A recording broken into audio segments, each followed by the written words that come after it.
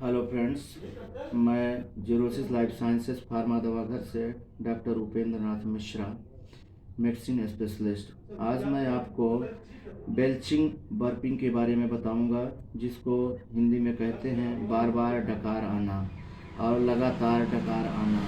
ये एक गंभीर बीमारी का संकेत है और इसका ट्रीटमेंट करना चाहिए।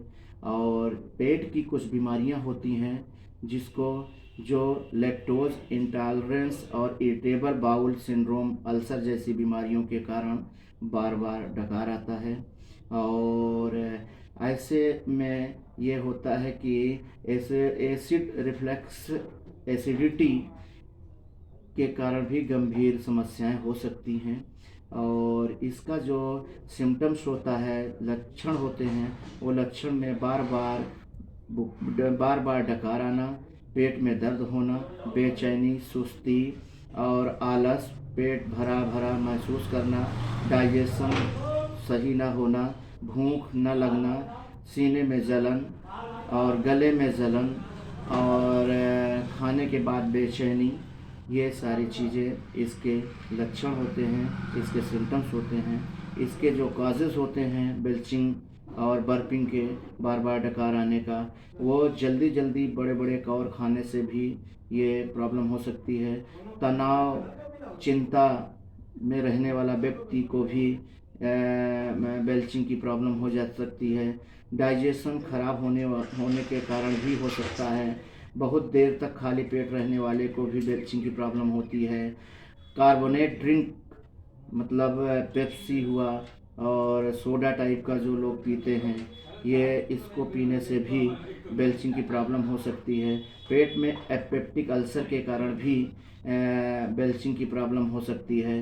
पेन किलर, कोई भी पेन किलर, जो लोग सिर दर्द नॉर्मल तरीके से जब भी होता है पेन किलर खा लेते हैं, उसके कारण भी, पेन किलर के कारण भी बेल्चिंग की प्रॉब्लम होती है। इसमें जो डॉक्टर इन्वेस्टिगेशन करते हैं, इन्वेस्टिगेशन में इंडोस्कोपी होता है। डॉक्टर इंडोस्कोपी करके पता लगाते हैं कि आपको बेल्चिंग बर्पिंग की प्रॉब्लम है कि नहीं।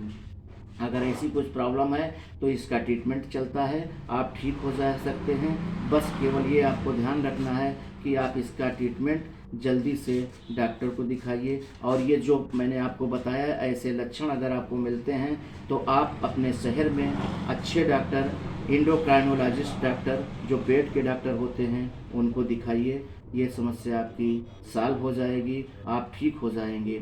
और इसमें ये होता है, इसके कारण ये होते हैं कि बहुत सदमा में जो लोग चले जाते हैं, बहुत कुछ सोच के अकेले रहने पे बहुत सारी चीज़ सोचने लगते हैं, उनको भी बेल्चिंग बर्पिंग की प्रॉब्लम हो सकती है। और ये चक्कर आ सकता है, सोते समय या फ्रेश होते समय पसीना आ सकता है और बड़ी बेचैनी हो सकती है।